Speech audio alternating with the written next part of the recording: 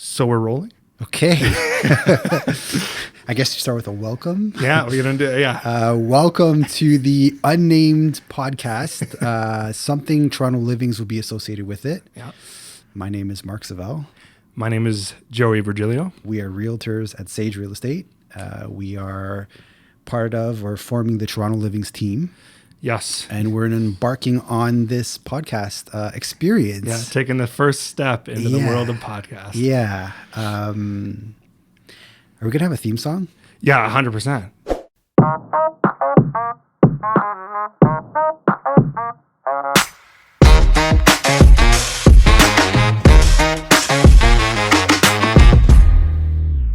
Okay. I'm going to write it. Oh, Produce it. Can I sing? Of course you can. Okay, I'm not good, but maybe I'll freestyle. I'll do the breakdown.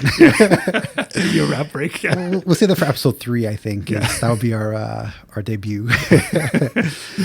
Cool. So I guess what I wanted to do with episode 1 is introduce us a little bit about our experience, our history, both pre-real estate and in real estate. Yeah. And then maybe get into a little bit about what I want the podcast to be and not be, and wrap it up after that. Yeah. Cool. That sounds good. Yeah. All right. So, we're coming live from the design district of Castlefield, Midtown Toronto. And my origin story starts before real estate. I guess it should be apropos to start with like the first job. Yeah. Yeah. Let's go that far back. Yeah. Let's go back. Yeah. Yeah. I mean, we have nothing else to talk about. I started, it's so funny. I think I got my entrepreneurial spirit from my mom. She's always hustling. She was like, had her 9-to-5 job, but on the side did Avon, did some type of selling, always something sales related. So I think a lot of my personality and sales acumen comes from her. Yeah. But my dad was like the tough ass, like, you need money, go get a job. So I started delivering newspapers like all people did back in the day, and quickly got bored of that. And then he's like, well, you got to get into like something else. So he made me work at a pharmacy, and I made $3.50 an hour delivering pharmaceuticals. $3.50. Yeah. Yeah. And I think back now, like, man, I would never let a 10-year-old kid deliver like medication on the streets, but times were different back in my day. And then that got into, the $3.50, I felt like that wasn't right. So my dad came through again and he got me a job at a butcher shop. And that was a really pivotal job for me. I think I was at the ripe age of 12 or 13. Kicking it off early. Yeah. And his parting words to me, I'll never forget this first day of work was, you've dug the grave, either you lie in it or climb out. And I'm like, thanks, Pa. First day of work, I'm not going to mess this up. But that was a really good place. I was working at Dufferin and Eglinton. It was Yorktown Butcher Shop. And I did that from 12 till 20. I started as, Drake would say, from the bottom. I was a dishwasher. I would have to take the garbage out back, and it stunk, it smelled, but I was getting good money. And I was like, okay, maybe there's something here. And kudos to the boss. He let me try sales relatively quickly. And that just kind of spiraled one thing to another. And probably about 5-6 years into it, he started teaching me how to cut the meat and how to properly run a store. And I wouldn't say I was running it by myself, but I had a lot of leeway to kind of grow things from there. And what that place taught me was a lot about sales and how to treat people. And it doesn't matter if you're selling steaks or a steak, it's the same premise and concept. And people just want to be taken care of. They want to know that they can trust you and that you're not going to give them a bad piece of meat or a bad foundational house, right? It's the same worries I guess people have. But what happened there was the two owners of the company, they were heavily invested in real estate. So as we were cutting meat in the back, the talk was always about real estate. And I'll never forget Harry Stinson. Do you know who that guy is? No. He's like the godfather of lofts and condos in Toronto. And I would watch infomercials because I had no life as a teenager. I would watch these real estate infomercials that Harry Stinson would do. And I remember going to the back one and I'm like, finally, I can talk about real estate. Like, you're 17. I don't own anything, right? A pair of Nikes or something. And I'm like, yeah, I watched this Harry Stinson show. And one of the partners actually had invested in that project. And he was telling me a lot about it. And, that kind of just planted something in my head where it was like, okay, if I can sell steaks without knowing how to cook, maybe I can get into real estate without actually owning it. And I said, let me buy the program. Let me buy the course to get into the program.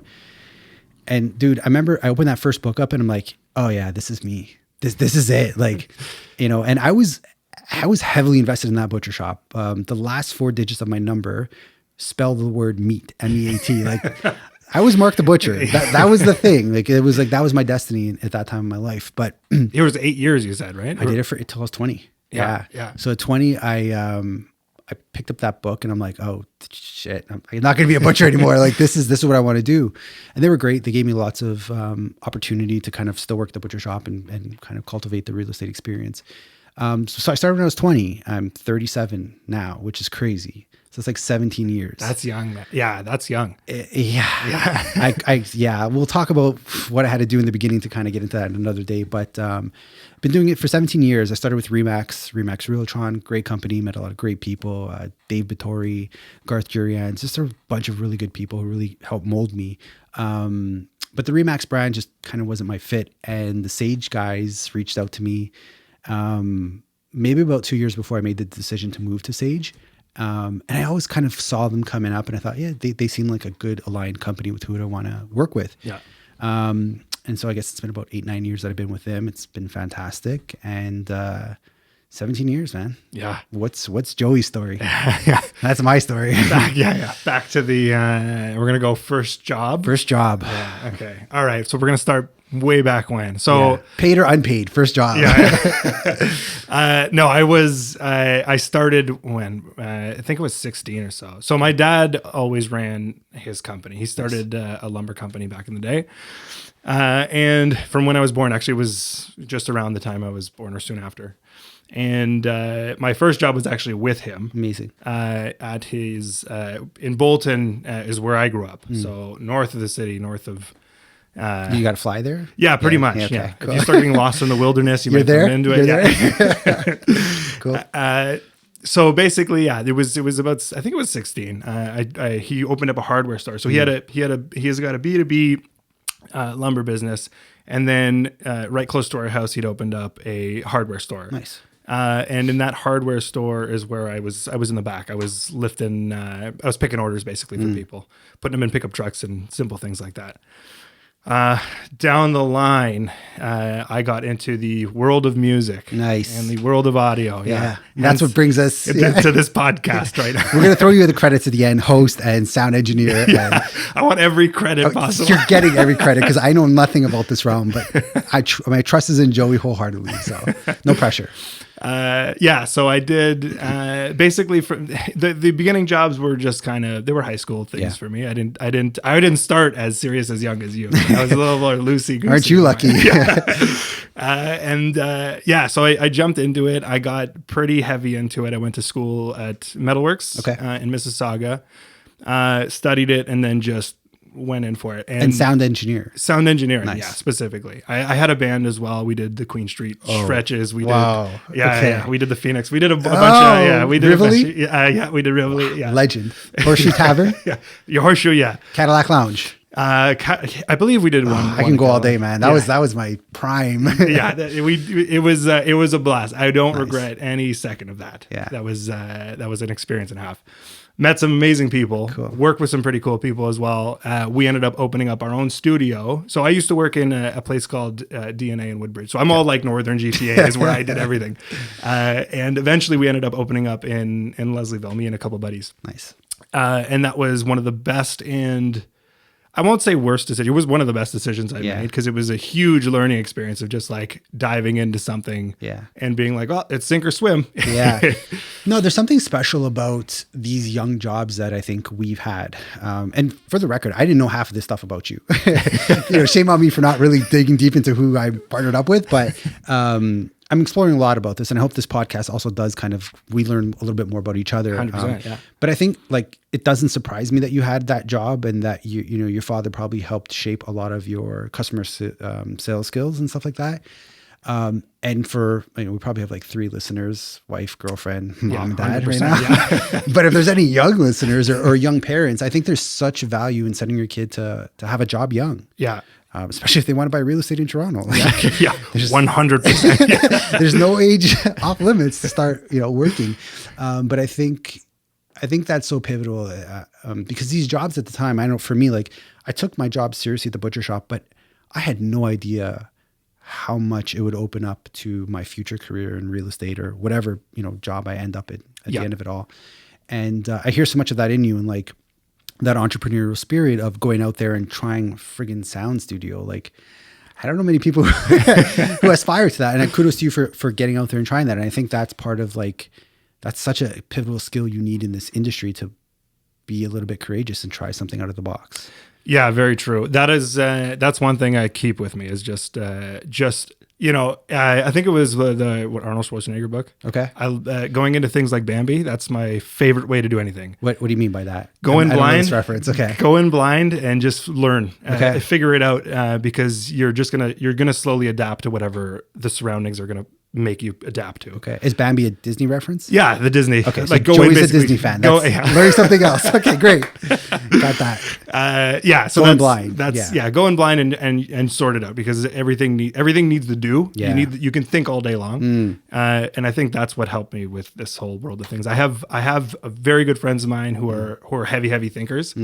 And I always catch myself teetering on that line. Yeah. And things like pushing yourself into just like, you know, going into a studio with a bunch of buddies. Yeah. Those are things that are just like, I've done it. I know what the outlook is like. Yeah. I didn't die from it.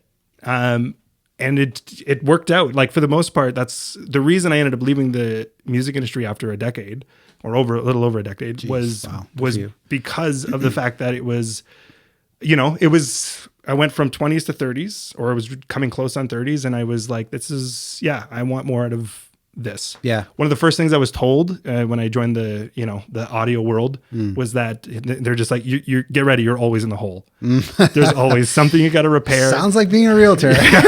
Not far off. And yeah, just like something I didn't want to keep doing over and over again. Right. So, you know, I was toying with the idea. I got deeper into the industry and realized that I don't like the industry. It's, I mean, like anything in life, even including, you know, parts of real estate, there's a lot of facade. There's a lot of fakeness that, and a lot of just backstabby type people in both regards. But the music industry, I got surrounded in a really odd group and it just turned it all off for me. And I said, if I'm going to be stressed out, I might as well do it in something a little more lucrative. I hear you on that. Yeah. Kudos to you. Yeah, I mean, I'll just go back to what you said. I want to sound smart for a second as well, because I also read books and watch Disney. But Felix Dennis, he was a brilliant guy in terms of his business acumen. I mean, his lifestyle could be questionable, of course, like everyone's. But one thing he says is thoughts are worthless, execution is priceless. And I think that's a good segue as to why we're doing a podcast, because I'm an ideas guy. I've got 1,000 ideas, but I don't have the time to execute on it. I've dabbled in blogging. That's been great for my business. That's where I met a lot of really great clients and realtors and just helped me elevate my business.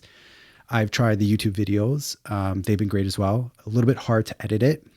Unfortunately, didn't have a sound video engineer like I have got in my right hand now. But I think with the podcast, what's great about it is like you could have these just frank discussions, and that's the whole concept with Toronto Livings. The name came to me. It wasn't easy. It was a lot of like pondering, but it's like livings. It's like, what's the experience like, especially in the city, and what's the Toronto experience like? I don't want to be little New York. I don't want to be like Chicago number 2. Like, what's the Toronto experience like? And I think in the last 10 years we've really outgrown that, and so the whole point of this podcast is kind of discuss that. And it will always be heavily based on real estate. I think like that's the vein that has to flow through this podcast. But like, I don't know, we have so many discussions about food. Like, let's share all the places we eat. Let's try to get a couple of chefs on. Let's get people who are doing really interesting, creative things and tied into the real estate realm. But I mean, I'll tell you what this podcast will never be. I'm never going to be like regurgitating the stats. I'm never going to be like, the market is going this way, because we don't know. Yeah. No one ever does. But I will be like, traffic sucks in the city. Like, we need to do something about it. Yeah. I think that's like realistic things that we should talk about. So yeah, it's not going to be like, I don't know, there's so many real estate podcasts out here, and like they do great work in that realm, but they're like realtor to realtor. It feels that, you know, it's funny because I'm the listener of those podcasts. So yeah, and they're great. Like, there's a place for them. I think they're doing a really good service to elevating the industry. Mm-hmm. But I don't want to do that. Like, I don't want to sell Like, of course, like, I don't know. I care about living and eating and experiencing things. And like, we'll talk about like the cold baths that we attended and all that fun. Like, there's such a cool side of the city that I'm kind of re-falling in love with, because it's been a hate relationship for a couple years. We currently don't have a mayor, which is kind of cool. We'll talk about that at some point. But I think like this would be a really cool way to just have a candid conversation, like we often do off microphone. And kind of talk about our experiences. The other cool thing is like you've been in it for 2 years selling. I've been in it for 17. We both bring such different perspectives. 100%. Yeah. Can I share our nicknames? Yeah. All right. The podcast. You have to subscribe for the unpodcast. No. So I mean, I self-name myself Mark the Shark. I'm not a shark when it comes to like negotiations at all. I try to be as fair as possible. But I call you Joey the Swan because I think like you're very graceful in how you handle things.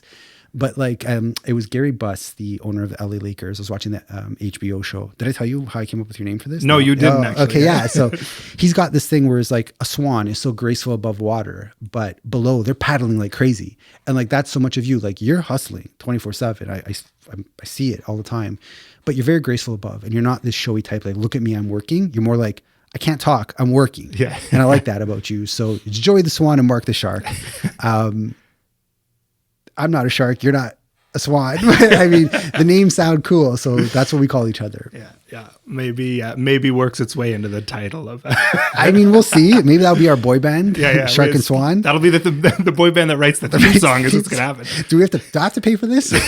Of course, not free. Okay. What am I thinking? In this city, everything you got to pay for. But yeah, what are you kind of hoping to get out of this? What's your kind of... So same thing. I find that, so what I'm realizing that I'm not amazing at, which I think you kind of pointed out, is that when I do get into work, I feel weird being showy about it. It's just unnatural for me. Yeah. I'm much more, I tend not to be, check out my Lambo. Yeah. I'm going to rip my shirt open and show you my abs. Oh, there's a guy who does that. Oh, but that's not you though. I can do that. Okay. If we want to work towards that. Well, I mean, there's no video, but you definitely have the stature to do that. I don't know if it's going to help the brand, so maybe we'll save that for episode like 50, the Lambo episode. That'll be the OnlyFans version of Okay, canceled. Episode 1.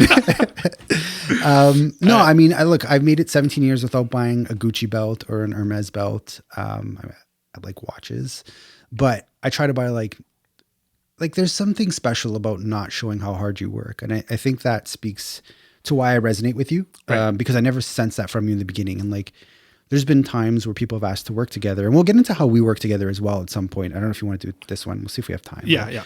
But I think that's such a crucial skill, is like, you always got to put the client first. It's not about your needs. It's not about, if I do this deal, I can buy that flashy things. Is this going to make sense to them? Yeah. And that's always the barometer that I measure it on. Like, I don't care. Like, I've lost out on a $13.5 million deal because this guy was from out of town. He was from New York. It was a very prominent building in Yorkville. The balcony the glass crashed down on the balcony. He had no way of knowing that this happened. Mm-hmm. And it was the day before we were going to do the deal. And I'm like, I got to tell you something that I think you should know about this deal. That would have been like 5 times 13, a lot of money, a lot of money. But I was like, nah, man, I can't, that's not right. I'd rather you walk away from this and not buy anything with me than me sell you something that's wrong. And right. It's done me well so far. And that's an attribute that I think I see in you quite a bit, is that you're always trying to be like, what's right for the client? And if you keep that up, you'll 17 years like me one day. Yeah, I think it's good that you bring that up, because that is one of the main reasons. So I guess me and Mark met through the sale of his actual personal condo. Of my very first condo I ever purchased. It was a very hard sale for me to let go of, because my mantra is to never sell real estate. But this one just made sense to sell because I was moving in with a wife and we had to buy our own place. Yeah. And yes, you came to me. Yes. With 8 other offers. You were number 8 of 7. Yeah. 7 of 8. There was 8 offers. You were one of them. I'm clearly math. Yeah. Anyways, that's why we don't talk about stats on this podcast. We were, and what I remember was that it was very much like we did the deal. And I loved the way that you handled the whole situation. It was so refreshing to just have a candid conversation, and it wasn't very obviously there's a bit of, there's the game to play For sure. but it was much more of a just a, this is what the deal is. Yeah. And yeah, even after that, the way you handled all the way through to closing. Thank you. My clients came through and they saw the bottle of wine that was Yeah. left, and they saw the note that was left. Yeah. And I was there being like, I think this guy's trying to steal my clients. Absolutely was. That's how you make it 17 years. No, I mean, it's like there's this, he's just passed last year, this Buddhist monk, and he's got this quote. Thich Nhat Hanh is his name. I'll never forget this quote. I think it's my Facebook. I don't use Facebook, but it's my Facebook line. Like, do you remember you could, not my status, but like it's my line. Yeah, your feeling, or yeah, feeling. I haven't logged into Facebook, but running after profit at the expense of compassion hurts you as much as others, right? And that's something that I always think about. Of like, look, these people, and you guys bought in the crazy part of the market. Like, it was insane world at that time. Yeah. Super competitive, and I really appreciated them as people because you told me the backstory. You did a really good job selling me on them, because there was you and 3 other people, and then it was down to 2 other people. And the story you told me about them and where they were at in their life, it just was like, these are the people who I want to live in my very first condo, which I put so much love and care into that it just felt right. I don't know if I told you this, but when you called me to first kind of talk about mentorship or something along those lines, I was like, I'm getting sued. I was like, why are you calling me 6 months after our deal? My money's in the bank. Your people are moved in. How do we even approach this? And it's so funny how we have these preconceived notions of life of like, oh, something bad it's bad immediately. Yeah, always, right? It's probably Twitter's fault. I'm going to blame Twitter for a lot in this podcast. And I remember talking to you and you're like, hey, I just kind of want to pick your brain about how to kind of grow my business. And then I was like, wait a minute. How long have you been in the business? Because you did such a good job presenting your clients. I'm like, oh, this guy's a 10-year vet. Like, I don't have to think twice about Appreciate that. Yeah. And then you weren't. And I'm like, okay, so my ability to kind of gauge someone's, tenure in the business is way off. But I also think like you did such a good job presenting that I was like, I feel confident that this person can close the deal. Because that's something you have to consider. Like, yeah, someone may have the highest offer, but is this agent just like blowing smoke up your rear? Yep. Or do they really have the ability to bring you to closing? And you did. And so we met over coffee. This podcast will also be about coffee. Oh yeah. Yeah, there'll be coffee. Yeah. And F1 and Raptors and sports and all that stuff. Everything under the sun. Yeah, I was trying to cover it all. Let's make the algorithm as big as possible with this. But yeah, that's right. And then we sat down for that first coffee. We sat down. Yeah. And I've always wanted to expand, but I've been so hesitant because I'm like, I have a control issue. I can't let go of anything. All right. As most, I guess, especially realtors, I feel like well, you've been 17 years doing it. Like, well, how many times I tell you, like, I don't want to open everything up because you could take it and run. And you're like, dude, I just want to learn. And I was like, I have to at some point let go.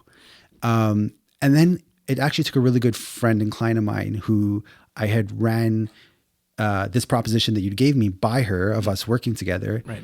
And she's like, all the signs are there. Like, look at these signs that are like, they're there. And then like, now I'm here on a podcast with you and I'm like, oh my God, this guy's a sound engineer on top of it all. Like, do you detail cars? Like, that would be amazing. We'd have the full package out of you. But no, like, so I don't know why I'm going on this rant about it, but there was definitely like a good synergy that we had from the beginning. Well, that was it, right? Like, it was that first coffee was, and I had the same thing. It was funny because I did just originally come to you for advice. I had no intention of being like, no, hey, we should start up at a team. I know. Because you were kind of like teasing this idea. Like, I saw the thought, like, would you ever consider a team? And I'm like, I would consider a team, but no, because I'm scared of starting something and branching out type thing. Like, there's all these concerns you have. But it gelled. And what ended up happening was you even recommended, you're like, go talk to this, go talk to like 14 other brokerages. Yeah, I remember sending you out there, like, go talk to other people. I don't know if you want to work with me of all people, but yeah. Yeah, and that's what happened. And I did. And I talked to a bunch, I narrowed it down. And then it was I think it was either the first meeting or soon after. It was like, but are you working with anybody? Because I'm finding that I'm going to talk to all these people. And then I'm like, I'm going to tell Mark about what I spoke about. And that was it. It was like this click of like, I think Mark is the person that I'm gelling with because he's the person I want to share the information that I got with to pick his brain about what I just learned. Yeah. So and that was it. Then it was and let alone like I think that like I said, the synergy between us, I think we're like minded. It's not very showy. It's not hyper salesy. No. It's a very I don't know, just a more real down to earth way of speaking to people. And yeah, which is what I'm very drawn to. I can't. It's just not me. I'm not the type of person to be. I mean, look, you can make a lot of money in real estate real estate sales, right? You could make a lot of money really quick. And you could burn it and lose it just as fast. Right. And I've always tried to treat this as like, could I make 50,000 in one deal or 500,000 over a career? Right. Right. And I think everyone wants the latter, but it takes a lot of patience and reservation to be like I've worked with one client for 4.5 years. Like that's a long time. Yeah. Like one person, our search lasted 4.5 years. Wow. Yeah. And I mean, I guess I am bragging now. I'm saying everything, wait till you see my Gucci belt. You're going to love it. No, but like, I didn't care and I never will care. Like if it takes you 6 days, my fastest deal was 45 minutes. Yeah, we met, we went out. She liked the place. Oh my God. Just clicked, right? It doesn't happen very often, but whether it's 45 minutes or 4.5 years, it doesn't matter to me. It's like the house has to speak to you. Yeah. Right? Like I shouldn't be selling you on the house. You should be like, I want this house. Right. Do your paperwork for me. Yeah. Right. And then I can get down to the values and all that other fun stuff. But I think that's the way to do it, man. Just like this meets a lot of things in your criteria, but it's that emotional feeling, right? It's like, when someone likes the house. Yeah. You don't need to tell them. Yeah. They tell you. That's yeah. And I mean, that happened even with your unit. It was that we had seen, I think we saw like 5 or 6 that day. Yeah. Plus whatever we saw in whatever earlier rounds. Yeah. But when we walked into that one, it was just like, oh, we love this. Yeah. Immediately. Yeah, I would love to do a podcast with them if they're open for it. I'm sure that I can. I just thought of that. That would be really cool because, yeah, there was an element. I'm not going to talk about what was in there, but there was the element I'd want to talk about because I think that's important as well. That happens a lot in this business. But, right.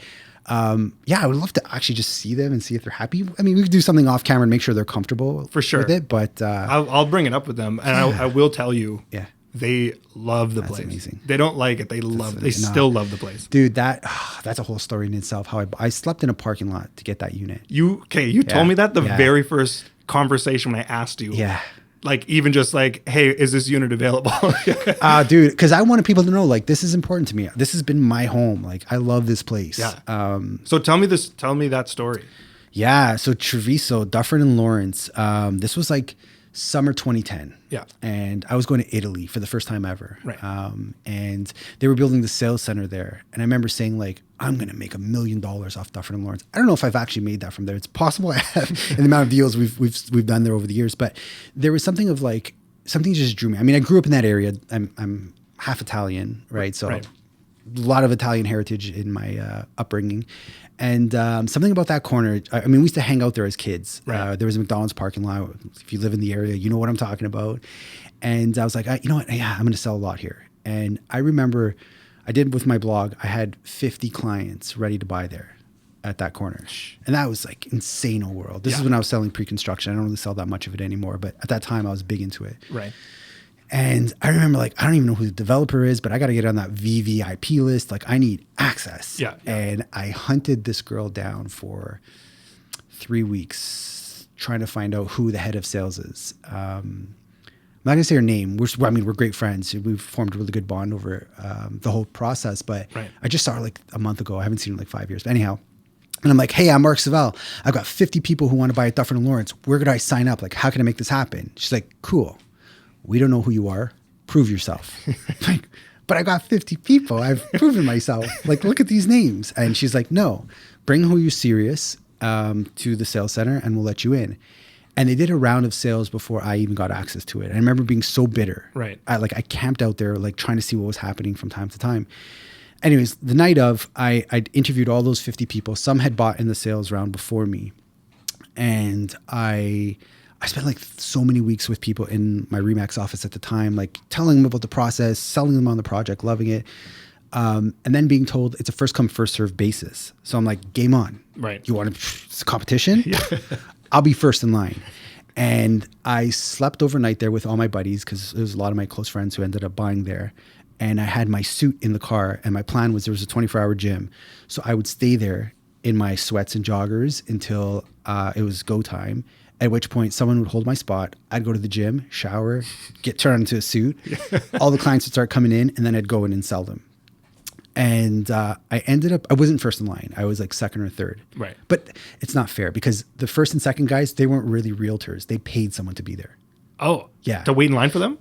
Yeah, that was a thing in those days. I mean, it probably still is. Maybe, I don't know. I can see it being a thing. Yeah, you pay someone to be there, and I didn't have money to pay someone to be there. Yeah. I was the person to be there, right? So, yeah, I slept overnight. My friend stayed with me. We were playing soccer, and it was good times.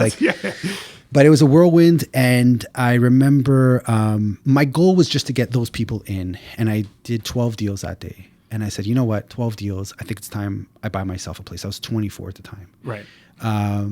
Of course, I had no money. Beginning of real estate, it all goes to taxes, right? You don't keep any of it. But with $13,000, I bought my first condo, and I borrowed the rest from a line of credit and paid it off over 4 years. I got the place in 2015. I sold it in 2022, and Tuffin and Lawrence will forever have my heart. That was like the spot. That's my God. That's such a gamble, and especially on on pre-construction sales, which is risky in itself for how long that whole process takes, and then also how long. I guess your risk is tied in with everybody who bought with you in that sense. Yeah, I mean, I don't know if I would advise. I mean, I would advise a pre-con for a first-time purchaser these days.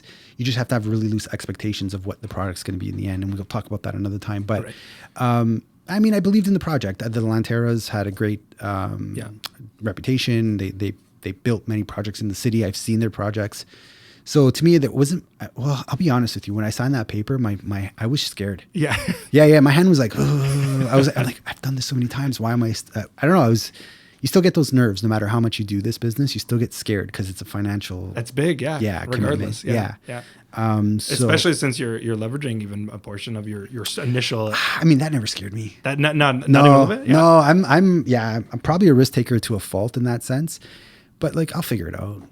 I don't know if I have to go clean carpets somewhere to make the money. I'll do it. Yeah. Nothing's beneath me, right? Like that was my attitude. So I got to come up with $54,000. Okay, I've got 4 years to do it. Divide it by 4. Right. How many hours do I have to work? Boom, come up with the money. Right. So, but yeah, that was the origin story of both of my career and my first condo and how we met. Yeah. A lot of things stem from that one condo. Yeah, and it's still giving back, right? So it's like I always think back to that trip to Italy and like my feelings at the time, and like, I mean, I feel like I put it out there, like this is going to be a monumental thing for me. I'm going to do something with it, and you were on the board of directors too. I was on the board. I did 2 stints there. Selfless job. Yeah, it's not a fun job. It was important to me because it's like, this is the condo I live in. This is where all my clients invested in. I want the best for the condo. Right. But Amy, you don't get paid. It takes a lot of time. Right. And if you want to do it right, you got to do a lot of hours outside of the board meetings and, checking everything to make sure it's good. But I feel like, it was my tomato garden. I seen it from a seedling. It grew into a beautiful plant. And now people can eat from that condo, I guess. Right? I don't know. That's my Italian analogy for that one. But yeah, that was a special place. I'm really glad that your clients got it and that they're happy with it. Yeah. Like I said, they're still in love with it, and it still holds up. Like after it's been up for what? It's a 10-year. Not yet. It's 8. 8 years. 2015, I moved in. Right. Yeah. Right. Yeah. 2023. My math is good on that. 8 years. Yeah. Yeah. And when did you come to Toronto? So this is the weird part. Yeah. Because I Plot twist. Okay. So damn long to come to Toronto. Yeah. I was in Bolton very late. Even when we got our place in Leslieville, I would commute from Bolton to Leslieville, which on a regular no traffic day is a 45-minute drive. For me, it was a 2-hour commute every single morning. That's commitment. It was a straight nightmare. Yeah. And that's how I started getting into audiobooks. What else am I going to do in 2 hours? I'm just going to sit here and go brain dead. Yeah.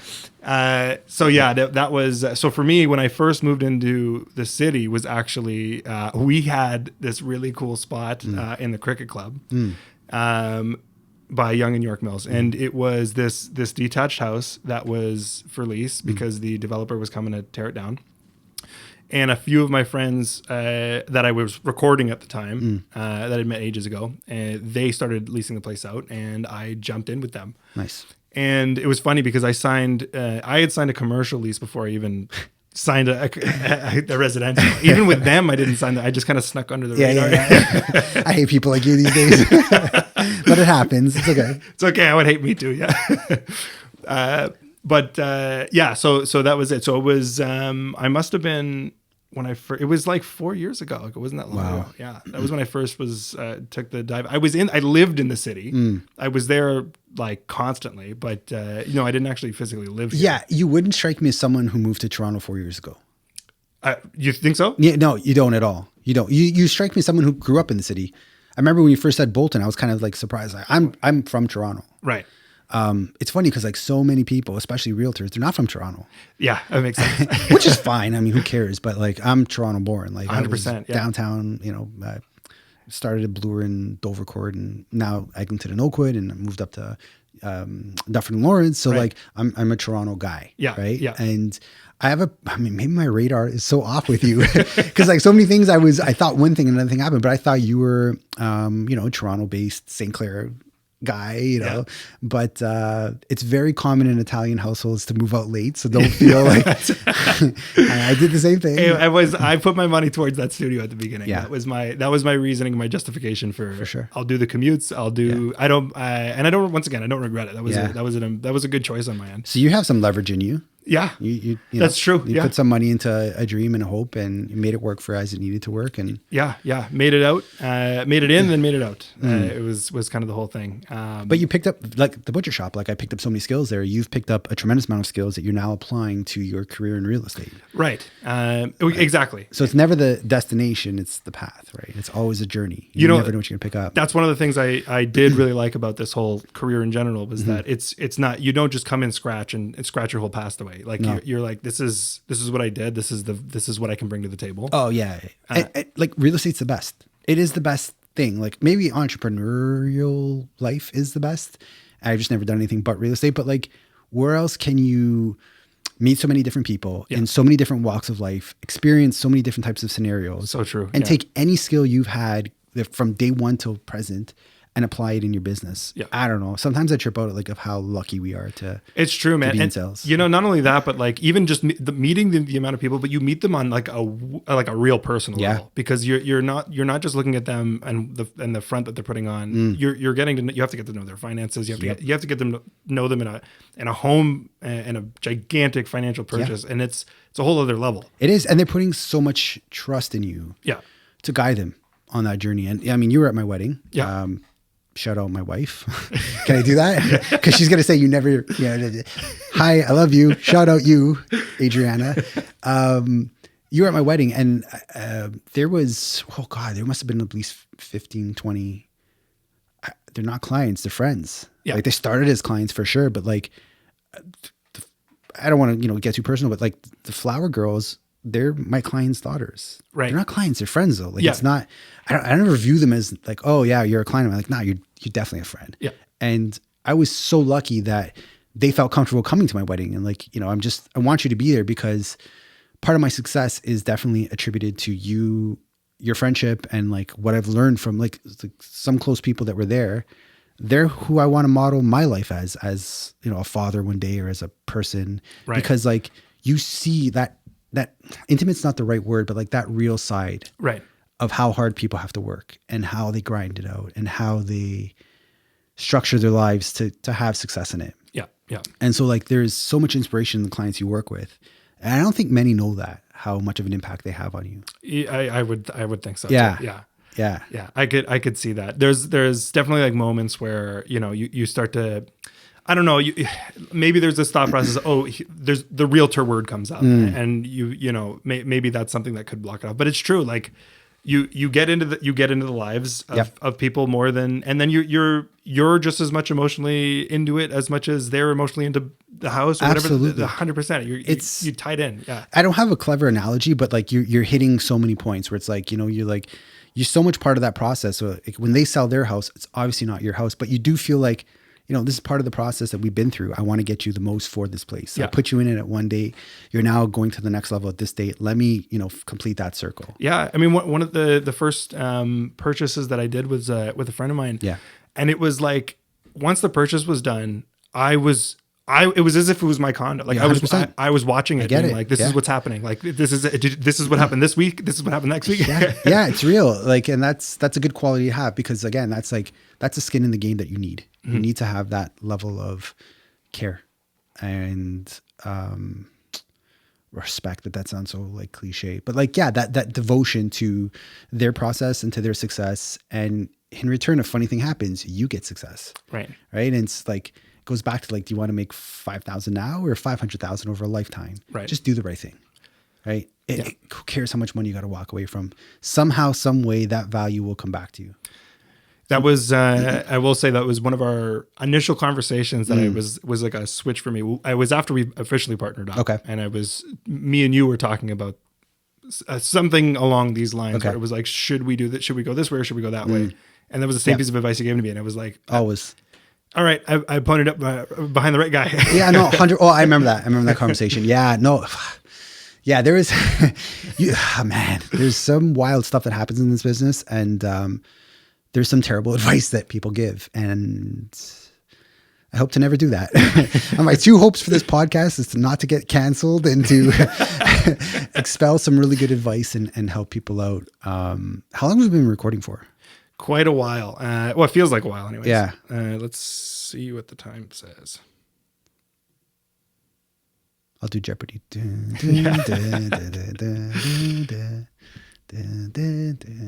Joe, we sound engineer. So I'm actually, funny that I'm a true sound engineer at heart. I'm trying to not spend any money. Okay. So I'm using that. I'm using a program that I'm not crazy familiar with. Okay. It's free. I like it. That being said, I don't know how long. Are we recording? I can tell you how many beats we got going. Yes, that I would want to know. Yeah, so we are at currently 1,153 beats. Oh, well, that equates to 47 minutes. Yeah, if you can. We'll give it another 5. I guess, okay, rapid fire question for you. Yeah. If you could live anywhere in the city, where and why? Man, honestly, Yeah. my cricket club has my heart. It's it's painfully expensive. Yeah. But that moment and that like little spurt of time that I had there, it's going to be hard that's going to be the ultimate destination for me by the end of it. It was just honestly it was nice. It was quiet. It's situated like to what I see. I mean, it's Midtown, but it's like, that was the center. Yeah. It was, you're right by 401. Yep. You're right by Yonge Street. Don Valley Golf Course. Yeah. I'm a golfer. Right. And that's another thing. I got to start getting back into. Yeah, we're going to get you there. Yeah. Not that I'm good, but I need to prep for when I move back there. So. See, put it in the universe, my friend.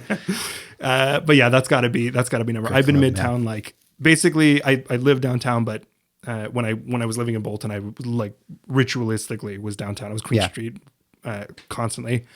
But Midtown is where I spend so much time. And like, yeah, I'm so attached to that neighborhood. Yeah. Yeah. It's a great area. Crazy expensive. Yep. Great area. Right. Same question back to you. So I grew up at Eglinton and Oakwood. Yeah. I love that place. I mean, it's Little Jamaica now. I call it where Rasta meets pasta. Because like when my parents moved there originally, it was a predominantly Italian area with Jamaican influence, and it's changed so much. And there's a lot of plans to try to make that a Little Jamaica cultural district. Yeah. But just the vibe of that area, don't get me wrong, like people drive through there and they don't feel comfortable for a variety of reasons, but that's forever home. Right. That to me, I mean, that's where I grew up. Yeah. That's where I met so many good friends. Like the food is fire. Like you can go on for days about the jerk chicken and all that stuff there. But the lessons I've learned in that area are forever going to be with me. But we're talking about dreams, a dream area. If I could ever, I got to think about that one. Man. Yeah. I love where I live right now. Right. I was going to say, so yeah. you really stuck to one spot with all your moves since the initial, right? Yeah. Like, I'm within a 2-kilometer radius of where I was, I don't know. I feel like the Bloor and Dovercourt area is a very similar vein to Eglinton and Oakwood in terms of the vibe of the people. Right. There is that hustle that like we've not made it yet. We still Right. got a lot of work to do. So wherever I end up as like the dream home area, I don't think. I mean, St. Clair and Dufferin as well. I love so much. Right. Shout out Marcello's Pizza. Have you ever been there? No, I gotta take you to Marcello's. Yeah, I haven't. Oh, so good, so good. We've done shawarmas. Yeah, we I've taken have. my spot. We're not going to call it out just yet. Okay. but we'll do a shawarma rundown at some point. 100%. Where else have we gone to? We've gone for Moretti's Moretti's. Yeah. for pizza and a veal sandwich. I took you to Zito's. That was killer, by the way. Yeah. I still think about that and drool in my sleep. Yeah, they're good. Moretti's. So they got 2 locations. They got one down at Blue Jays Way. Oh, they have 2 locations. Yeah, that's more like a King Westy type spot. Fair. Shout out to them. They're great. Yeah. But Moretti at Home Society, that's a gem in the area. It's just off of Caledonia. Not a lot of people know about it. So I guess, okay, this the requirements of my dream area is a place that hasn't made it, that still needs work. Yeah. Food. Yeah. Favorite food? What's your favorite? Oh man, that is a good question. My heart goes to veal sandwiches. Veal sandwich. Veal sandwiches, good or like choice. breaded chicken sandwiches. Breaded chicken's your weakness, eh? I can't take it. Yeah. Have we been to Sicilian Sidewalk Cafe yet? No. Oh, dude. Shout out Mario. He makes a We're gonna do a tour at one point. Yeah. So my last name is Savell. It's pronounced wrong all the time. People call me Savo. I hate it, but I don't correct them. And I was thinking of doing like a Seville in the city. Oh, So I hit up all the veal spots. that's solid. Yeah. Yeah. That's solid. If we could find a way to put the podcast mobile, We can anything's get it possible. done. Or maybe we'll buy the veals and try them here. We'll do a taste testing of like the 3 best veals in the city. Oh my God. You've just won my heart. Yeah. Well, we're down the street from California Sandwiches. Oh, yeah, 100%. You've had that. A million times Okay, good, over. good, Yeah. good. Yeah. Mario's at the Sicilian. There's a couple good spots. I mean, I even like Camiso. Have you been to Camiso Brothers? No. Oh, Camiso Brothers. They put like this brick of I don't know what type of cheese in it, and it just melts, and it is fire. Oh, it's so good. Getting hungry just talking about this. A place that's up and coming, a place that hasn't made it yet, a place with really good food. Yep. My favorite foods, you didn't ask me, but I'm going to tell you pizza. That's number one for you, pizza. 100%. But I'm not even like a snob. I'm a 2-for-1 pizza guy. 2 for 1? Yeah, I love 2-for-1. 2 for 1. Give me a deluxe and a garlic dipping sauce. I'm set. I gotta say, I'll take you. You are the only person I've ever spoken to. That's fine. That's A-okay. Like if this real estate thing doesn't work out, I'm opening a 2-for-1 franchise with an espresso shop built into it. Copyright. Don't steal my idea. I love 2-for-1 pizza, but second is sushi. That takes number 2. That takes number 2, and I'm a sushi snob. That I'll be a little bit more particular about. That's fair. Yeah. Because you can find some all-you-can-eat places that can do some damage. I've done that. Yeah. I've been damaged. I'm a damaged sushi eater. But I've also had some really good sushi. Miku sushi. Have you tried Miku? No, I haven't experimented too much with sushi. Okay. Do you like sushi? I do. Yeah. Okay. Yeah. Can I say your partner's name? Yeah. Of Okay. course. Yeah. Does Molly like sushi?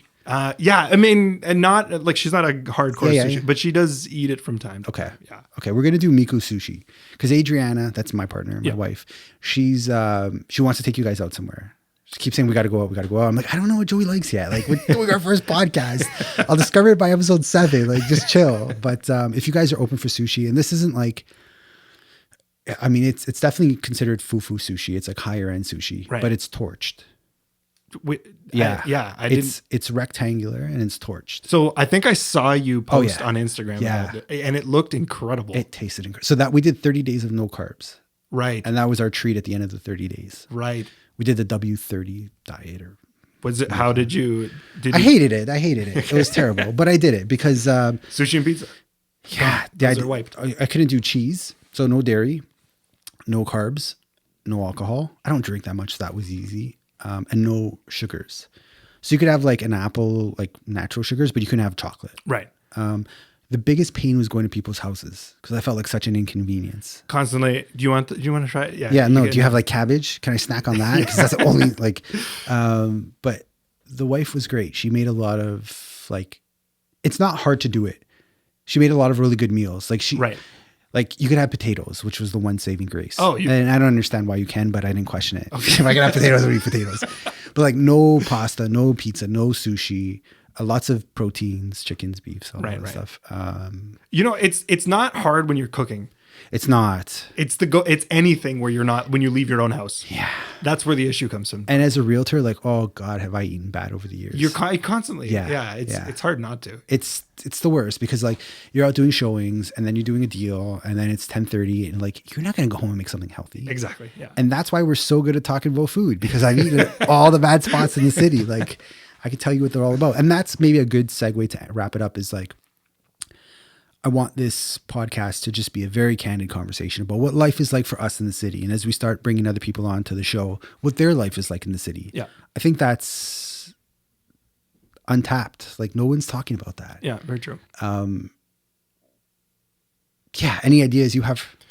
Yeah, no, I think that's the interesting part about this is it's not so hyper focused on just straight education. Right. Here are the numbers. Yeah. This is what we think we're going to do with the market. This is what we think the market's going to move. This is it's conversation about, the people that are actually moving in to live in their homes within the city. Yeah. And experiencing the neighborhood, and experiencing the food, and experiencing whatever the neighborhood has to offer, whatever the business owners that are in the area and what they have to offer to, like, these are all things that are important because it makes you fall in love with the neighborhood. Right. I was with a friend of mine who lives in the East End, who kind of close to the studio that we used to have.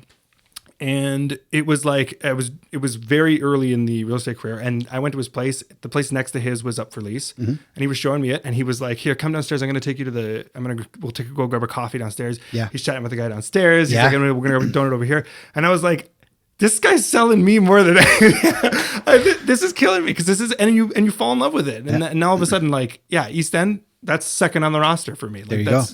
And it was because of these little things. And that's the cool part about Toronto is that there's pockets everywhere, and each pocket is so different than the next.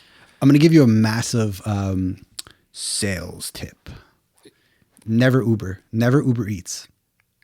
Go to these places. Right. Pick it up. Go talk to them. Like, there's a Greek place that's gone on Eglinton. I used to go there for my salads every day and sit just to hear what was happening in the area. Right. It was a bunch of old Greek men and they knew everything. What was being sold, they weren't even in real estate. They were just old men. They just talked and stuff like that. Right. So like, I'm very anti-Uber for a variety of reasons, but mainly because like, man, you need to have those human interactions. You learn so much about who those people are. And like, I've done a lot of deals with this one shop. They've closed down now, but it was a Ponzerati store. Oh. I've worked with 4 of their employees and the owners of that place. We never talked about real estate. We just were like passionate about food. And what's the adage? People do business with people they like. And like, there's no better way to find if you like someone than going to talk to them and like ordering your food. So like, we're a big anti-Uber household. I've Uber Eats twice and I'll never Uber Eat again. Good. So there goes our Uber money for sponsorship. Yeah, ads. that's good. But I'm going to tell you now. I'm a great advocate of Uber Eats. No. I mean, no. Okay, but may I say? Sure. I'm not a great. I use it. Sure. Just guilt ridden the whole time. Dude, it's so expensive. I know. I know. I'd rather you buy an Hermes belt, a Gucci belt, than like this is what turned me off. I ordered. Okay, here's my Big Mac order. Okay. My McDonald's order, standard. It's been like this for 10 years. It'll never change. Junior chicken sandwich, Big Mac combo, and a Sprite. It's $13.95. Yeah. That's the price of it. Oh. That's just the price. Dude, $26. Not on Uber Eats. Yeah. I'm like, and I'll tip them. I get it. They're working. They take your money. I tip them cash though. I don't tip them through the app. Oh, okay. Yeah. Why? Screw that. I'm sure Uber's taking something. I don't know. Anyways, I tip them cash and it was $26. Yeah. What? It's 10 extra bucks. No, it's more. It's more. That's 4 cheeseburgers. Especially with the tip at the end. Yeah, 100%. Like I can get so much more food. I know. It's a full other meal. Yeah. You're getting a whole other meal for not. Yeah, get a Pascal Siakam Frosty or something like that. Sorry, I interrupted you. What were we saying before that? Well, now I don't remember. Okay, great. Well, if you want to know what to get me from McDonald's, that's my order. But I'm not even that big of a McDonald's guy anymore. Yeah, no. Uber Eats is all I was gonna say was my absolute. So what I don't spend money on very much. Yeah. I am cheap when it comes to just outsourcing, but I will say that my kryptonite is food in any regard. Oh yeah. There's something about it where it doesn't matter what it is. Yeah. If I feel the urge, I will be like, I have $1 million today. Yeah. I'll buy every piece of this that I want. Yeah, I've got that problem too. We should probably get sponsored by Noom. Noom, if you're listening. Mom, if you know Noom, call them. I mean, but there's something so also magical about food. Like, I love nothing more than taking someone out and sitting down and talking with them and eating. Yeah. It breaks down so many barriers. It's true. Right? And like, Guards are down. Yeah. It's a different conversation. Yeah. we should probably have food on this podcast. I am on board with that. Yeah, I don't know how it's going to sound, but that's your job. You make it sound like healthy and not like freaking slobs. Like Homer Simpson. Yeah, I'm sipping a tea and I'm like, I put my head 6 inches apart when I'm drinking it. I don't know what it's going to sound like, but yeah, we'll do food. We'll do coffee. We'll do food. Yeah. Yeah. Yeah. I like I don't want to do like, I know there's some guys who do like beer and booze, but I don't drink. That's okay. Yeah. Yeah, I don't, cool. I'm okay. Yeah. I drink. I just don't like drinking. Honestly, yeah. Coffee is Okay. is where I'm at when it comes to, yeah, that's totally cool. All right. We'll do this, bros. We'll do, yeah, we'll do a segment on food and drink. I like it. Cool. Yeah. All right. Beauty. Should we wrap it up there? I think we're wrapping it up. All right. If you want to contact us, we have a website that's going to be under construction very soon. It's torontolivings.com. The fastest way to reach us is probably through Instagram. Toronto Livings is the username, and you can flip us a DM and we'll get back to you. We're going to have something set up where you'll have your contact way, but for now you can go through me and I'll direct you to Joey if you want to learn anything about his pastor history. But if you have ideas and stuff you think that we should be talking about, reach out. If you're someone doing something really interesting and cool in the city, we want to talk to you. Yeah. I don't know where this is going to be. Like, I don't know, because we've done no research on how to get this out there. I know you've done a little bit, but this will probably be on Apple Podcasts, Spotify. What other things are there? Joel, just say all the major streaming platforms. You promise me it's going to be on there? Every single Domination. So leave us a comment. I hate when people say that. Yeah, well, it's you got it's like and subscribe. Like and subscribe. What else you got to do? Like, subscribe, leave a comment. Yeah. Are those the that's basically holy trinity of that's podcasting? That's it. Yeah. Tell your friends. You can find us here. Tell your friends. Sponsor us. Yeah. Okay, I'll tell you what my dream is. I want to be the first ever Red Bull sponsored realtor. Oh. Yeah. I like Red Bulls. I don't drink them religiously because I like sleeping. I was going to say. Yeah, and I drink a lot of coffee already, but I just like the swag. I like the Red Bull swag. Red Bull swag. Yeah. Oh, you're an F1 guy. I'm an F1 guy. Is that where it's got to No, it's not. I'm happy Max Verstappen won 2 world titles, but I'm not a Red Bull fan. I've got a lot of F1 clothing, and I don't have any Red Bull clothing from F1. But you're like the Red Bull, the little. Yeah, the bowls. I love that stuff. Yeah. Yeah, I think it's so cool. So if Red Bull, if you're listening, if you're listener number 5. This is going to be emailed straight to the Red Bull. Send me swag. I like drinking Red Bull. Maybe I won't get there. But yeah, first Red Bull sponsor. I think that'd be so cool, right? They sponsor like so many different attributes. Like what? Not real estate. Yeah, podcast and real estate. Yeah. Real estate, that's not a word. We should wrap it up. Thanks for listening to the premiere episode of the podcast that is currently nameless, but something with Toronto Livings and something with Extreme. Yeah. Extreme. Toronto Livings Extreme Podcast Show Radio. Ciao.